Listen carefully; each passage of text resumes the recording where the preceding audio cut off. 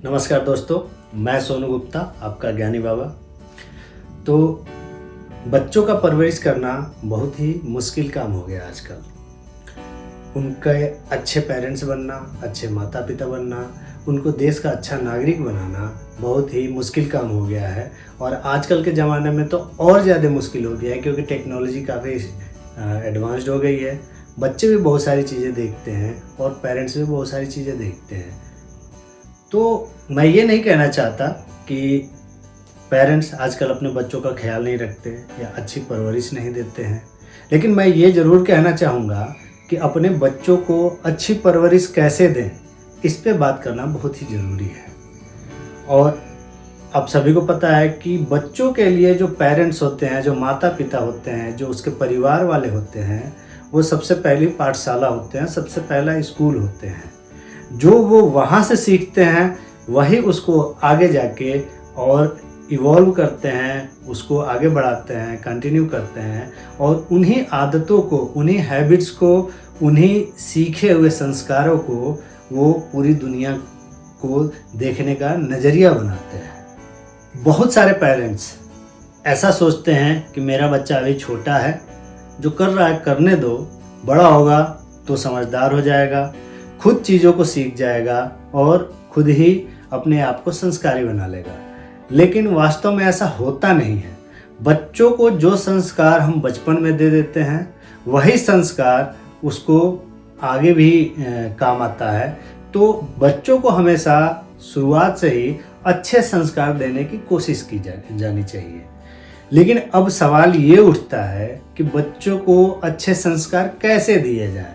ऐसा कौन सा काम किया जाए, ऐसा कौन सा तरीका अपनाया जाए जिससे कि बच्चों के ऊपर अच्छा प्रभाव पड़े, वो अच्छे संस्कार सीखें, अच्छी आदतों को बनाएं और उनकी इम्यूनिटी के साथ साथ उनकी बॉडी और स्वास्थ्य भी अच्छा रहे, शिक्षा भी अच्छी रहे और उनका व्यवहार भी दुनिया में अच्छा रहे। आइए हम आज बात करते हैं एक ऐसे देश की जहाँ के बड़े तो बड़े बच्चे भी इतने समझदार होते हैं और अनुशासित होते हैं कि भारत जैसा देश उस लेवल तक पहुंचने में 50 या 100 साल लग सकते हैं।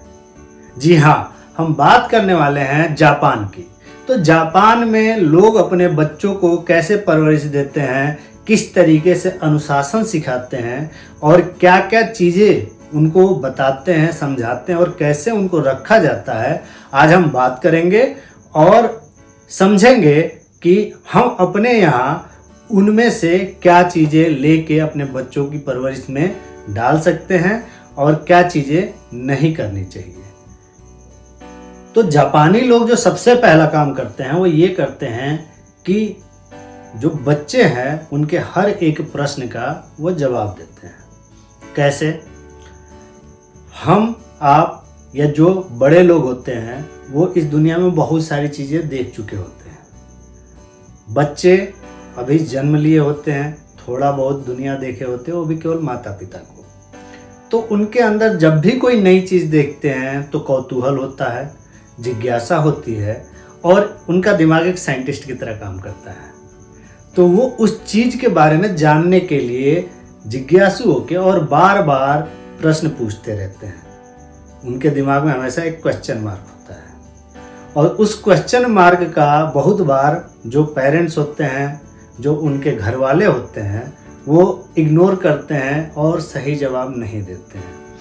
लेकिन जापान में ऐसा नहीं किया जाता। जापान में जो माता पिता होते हैं या जो आसपास के लोग होते हैं जिससे कि वो बच्चा घिरा हुआ होता है, वो उसके प्रश्न का सही और बहुत ही धैर्यपूर्वक और शांतिपूर्ण रूप से जवाब देने की कोशिश करते हैं और करते भी हैं, जवाब देते भी हैं। जिससे होता क्या है कि वो जब सही जवाब पाते हैं तो उनके अंदर की क्यूरियोसिटी और बढ़ने लगती है चीज़ों को बारे में जानने के लिए, और वो और चीज़ों को ढूंढते हैं, इवॉल्व करते हैं और बहुत सारी अच्छी चीज़ें सीखते हैं जिससे उनका दिमाग जो है और रचनात्मक हो जाता है और एक विकसित दिमाग की तरफ अग्रसर होता है, जो कि एक सही डायरेक्शन में जाता है।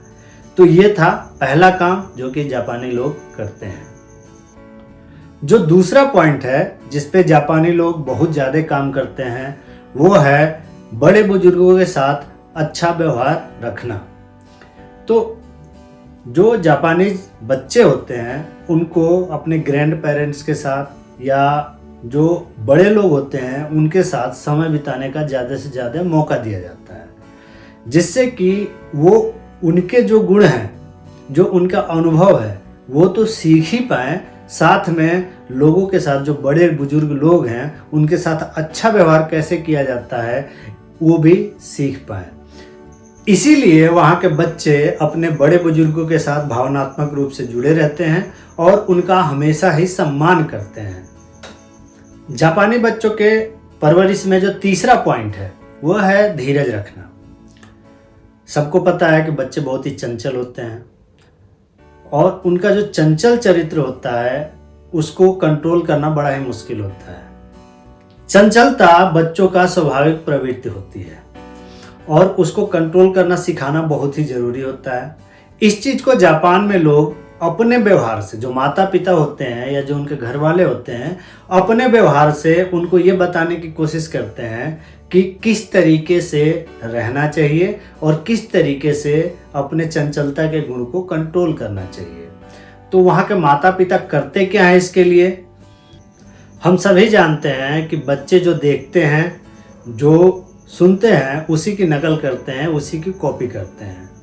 तो जनरली पेरेंट्स क्या करते हैं कि उनके पास धैर्य नहीं होता है और वो उनके सामने ही बहुत सारे ऐसे काम करने लगते हैं जो कि उनके ऊपर गलत असर डाल सकते हैं, जैसे लगातार टीवी देखना, लेके मोबाइल चलाते रहना। तो ये चीज़ें उनके ऊपर गलत इफ़ेक्ट करेंगी। तो जो जापान के पेरेंट्स होते हैं वो ऐसे गैजेट्स से अपने बच्चों को दूर रखते हैं, खास करके टीन एज तक, जिससे कि उनके ऊपर, उनके मानसिक स्वास्थ्य के ऊपर गलत असर पड़ सकता है। और हमेशा ही उस तरीके का खाना खाते हैं और उस तरीके का व्यवहार करते हैं जिससे कि उनका स्वास्थ्य भी अच्छा रहे और वो पढ़ने के तरफ और नई नई चीज़ों को सीखने की तरफ रुचि रखें, जैसे कि किताबें पढ़ना और हेल्दी फूड्स खाना और ऐसे व्यायाम करना। तो ये चीज़ें करके और आप धैर्य के साथ अपने बच्चों को अच्छी परवरिश दे सकते हैं।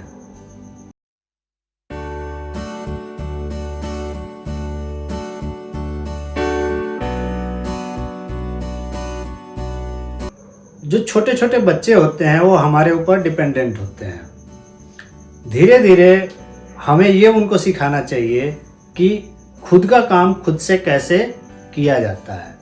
जापान में ये एक बहुत ही अच्छा गुण माना जाता है या ये सबको सिखाया जाता है और इसमें जेंडर का कोई भेदभाव नहीं होता। लड़का लड़की जो भी हो उसको ये गुण जरूर सिखाया जाता है कि अपना काम स्वयं से कैसे किया जाए। अब आप कहेंगे कि बच्चों को आत्मनिर्भर कैसे बनाया जाए, वो उनको क्या ऐसा काम कराया जाए जिससे कि वो आत्मनिर्भर बने। तो उदाहरण के लिए मैं बता दूं, जापान के बच्चे खुद से अकेले स्कूल जाते हैं, उनको कोई भी छोड़ने के लिए नहीं जाता है। जब वो वहाँ से आते हैं तो उनका बैग कहाँ रखना है वो खुद से करे, जूते सफाई करना है खुद से करे, उसको कहाँ रखना है खुद से रखें, बिस्तर को लगाना, बिस्तर को सही करना। और ये बिस्तर को लगाने के बारे में मुझे याद आया, एक पूरी बुक लिख दी है इस पे एक बंदे ने, जो कि मेक योर बेड। तो उसके बारे में बाद में डिस्कस करेंगे, लेकिन बिस्तर लगाना भी एक बहुत ही अच्छा काम है। और उसके बाद बाजार से चीज़ें खरीदने के लिए भी लोग भेजते हैं अपने बच्चों को, ताकि वो चीज़ें खरीदें और चीज़ों से सीखें। तो इस तरीके के जो छोटे मोटे काम होते हैं ये देके आप बच्चों को आत्मनिर्भर बना सकते हैं। अगर जापानीज बच्चों के स्कूल में देखा जाए तो कोई भी स्वीपर या मेड नहीं होती है। वो अपने क्लासरूम की सफाई खुद करते हैं, मेज की सफाई खुद करते हैं, यहाँ तक कि वो लोग वहाँ के बाथरूम के, जो स्कूल के बाथरूम होते हैं, टर्न वाइज वहाँ की भी सफाई बच्चों से ही करवाते हैं। तो ये उनके आत्मनिर्भर बनने में बहुत ही कारगर होती है। और आप देख सकते हैं जापान में सफाई कितनी होती है, केवल यही कारण है उसका कि वहाँ के लोग आत्मनिर्भर होते हैं इस मामले में। जो पांचवा पॉइंट है वो है बच्चों की बातों को सीक्रेट रखना। बच्चे बहुत इस तरीके की हरकतें करते हैं या बहुत सारी इस तरीके की बातें करते हैं जो कि थोड़ी फनी भी होती हैं और जो कि थोड़ी सी ऑकवर्ड भी होती हैं। तो पेरेंट्स क्या करते हैं, मज़े मज़े में अपने बच्चों की बातों को उनके सामने ही दूसरों से शेयर करने लगते हैं। और जब पेरेंट्स इस बातों को शेयर करते हैं और बच्चों को इस बात का पता लगता है तो वो अपने सेल्फ रिस्पेक्ट पे हमला समझते हैं। जो उनका पर्सनल रखने का जो फोकस होता है, जो कुछ सीक्रेट रखने की चीज़ें होती हैं, उस पर वो हमला समझते हैं और जिससे कि वो बहुत सारी ऐसी बातें छुपाने लगते हैं या आपके सामने करने से कतराने लगते हैं जो कि आपको जाननी चाहिए, जो कि आपको देखना चाहिए। तो ये जापान में बहुत ही अच्छी चीज़ है। जो जापानी पेरेंट्स होते हैं, जो जापानी घर के लोग होते हैं, वो जो घर के अंदर बातें होती हैं या जो बच्चों की सीक्रेट चीज़ें होती हैं वो लोगों से शेयर कम करते हैं। अगर शेयर करना है तो उन्हीं के साथ शेयर करते हैं जो बच्चे होते हैं, जिससे कि उनको भी इस चीज़ के बारे में पता चलता है। तो बच्चों की चीज़ें, बच्चों की बातें सीक्रेट रखें, उसको इधर उधर ना फैलाएं या लोगों से बात ना करें। जो छठा पॉइंट है वो है साफ सफाई रखना। अगर बच्चों को साफ सफाई सिखानी है तो खुद तो साफ सफाई रखना पड़ेगा। तो जब हम बच्चों को साफ सफाई सिखाना चाहते हैं तो अपना भी कुछ इस तरीके से इंतजाम करना चाहिए कि चीज़ों को जहाँ से उठाएं वहीं पे रखें। सार्वजनिक जगह पे अगर बच्चों के साथ घूमने जा रहे हैं तो चीज़ों को इधर उधर ना फेंकें, क्योंकि बच्चे जो देखेंगे वही सीखेंगे। जब आप साफ सफाई रखेंगे तो बच्चे भी साफ सफाई रखना सीखेंगे। मैंने पहले भी बोला था कि जापान के स्कूलों में कोई मेड या स्वीपर नहीं होता है। जापान के स्कूलों में बच्चे खुद ही साफ सफाई करते हैं, या जो जापान की कंपनियां होती है वहाँ भी जो साफ सफाई का काम होता है वो जापानीज लोग, जो जापानीज मैनेजर हो, जापानीज कह सकते हैं एमडी हो, वो खुद ही करते हैं।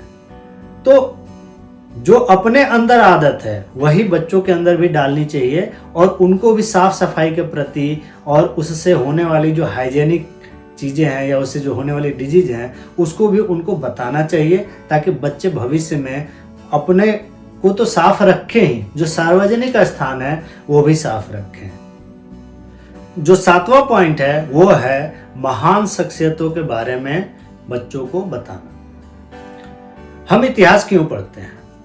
हम इतिहास इसलिए पढ़ते हैं कि जो हमारी जड़ें हैं, जो हमारा मूल है, उसके बारे में जान सकें। जो हमारे इतिहास में जो हमारे पूर्वजों ने गलतियां की हैं उसके बारे में जान सकें, उससे सीख ले सकें। जो हमारे पूर्वजों ने अपने अंदर अच्छाइयाँ डेवलप की हैं उसको हम अपने अंदर डेवलप करें और फिर उनसे बेहतर बन के आगे निकले उनसे। तो जापान में ये बहुत ही अच्छी चीज़ है। जापानी लोग जो होते हैं, वो जो पुराने लोग होते हैं, जो बुजुर्ग लोग होते हैं या जो हमारे महापुरुष होते हैं वहाँ के, उनके बारे में अपने बच्चों को कहानियों के माध्यम से या नाटकों के माध्यम से बताते हैं और उनको ये समझाते हैं कि क्या गुण उनसे सीखना चाहिए और किस गलती की वजह से वो फेल हुए, उस चीज़ को नहीं करना है, उससे अच्छा काम करना है। तो ये जो चीज़ है वो हमें अपने बच्चों को भी, भारत में जो बच्चे हैं उनको भी बतानी चाहिए। जो हमारे पूर्वज हैं, जो हमारे महापुरुष हैं, उनके बारे में पढ़ाया जाना चाहिए और उनको समझाना चाहिए कि जो महापुरुषों ने इतिहास में गलतियां की वो ना किया जाए और उससे सीख लिया जाए, और जो महापुरुषों के अंदर अच्छे गुण थे उनसे सीख लेके और अपने अंदर और अच्छे गुण डेवलप किया जाए। तो ये बच्चों को डेवलप करने का एक और तरीका है जापान में, जो कि यहाँ भी हम अपने यहाँ अप्लाई कर सकते हैं। आठवां पॉइंट है बच्चों को हेल्दी फूड देना। अब आप कहेंगे कि परवरिश में हेल्दी फूड देने से क्या मतलब है? बच्चों को ये पता नहीं होता कि क्या उनके स्वास्थ्य के लिए अच्छी है और क्या उनके स्वास्थ्य के लिए बुरी है। बच्चों में जो इम्यूनिटी डेवलप हो गई वही इम्यूनिटी उनके साथ पूरी ज़िंदगी रहने वाली है। वो दोबारा से इम्यूनिटी रीबिल्ड नहीं होती है। बहुत रेयर केसेस में ऐसा होता है कि इम्यूनिटी रीबिल्ड हो जाए। तो बच्चों को ऐसे खाने ही देने चाहिए केवल जो कि उनके स्वास्थ्य के लिए अच्छे हो। अगर जापानीज चॉकलेट भी आप देखेंगे ना तो उसमें एडेड शुगर की मात्रा बहुत ही माइनर होती है या होती ही नहीं है। तो जब वो चॉकलेट में बच्चों को अपने शुगर नहीं देते हैं तो आप सोच सकते हैं कि वो किस तरीके का खाना खाने के लिए अपने बच्चों को प्रेरित करते होंगे। तो हमें भी उनसे सीख लेनी चाहिए और अपने बच्चों को हमेशा ऐसा खाना देना चाहिए जो कि उनके स्वास्थ्य के लिए अच्छा हो, ना कि केवल उस समय जबकि वो उस चीज़ से ऐसी चीज़ें सीखे जो कि भविष्य में भी उनका स्वास्थ्य अच्छा बना रहे और उनकी इम्यूनिटी अच्छी बिल्ड हो। ये थे कुछ जापानी टिप्स जिससे कि आप अपने बच्चों को गुणवत्ता भरी जिंदगी दे सकते हैं, जिम्मेदार नागरिक बना सकते हैं, संस्कारी बना सकते हैं और स्वास्थ्य परक जिंदगी जीने का तरीका दे सकते हैं। दोस्तों, तो अगर आपको ये मेरा वीडियो पसंद आया हो तो मेरे चैनल को सब्सक्राइब कीजिए, लाइक कीजिए, कमेंट कीजिए, बेल आइकन दबाइए ताकि मेरा अगला वीडियो आते ही आपको पता चल जाए और इस तरीके की अच्छी जानकारी आपको मिलती रहे। तो अगले वीडियो आने तक जय हिंद, जय भारत।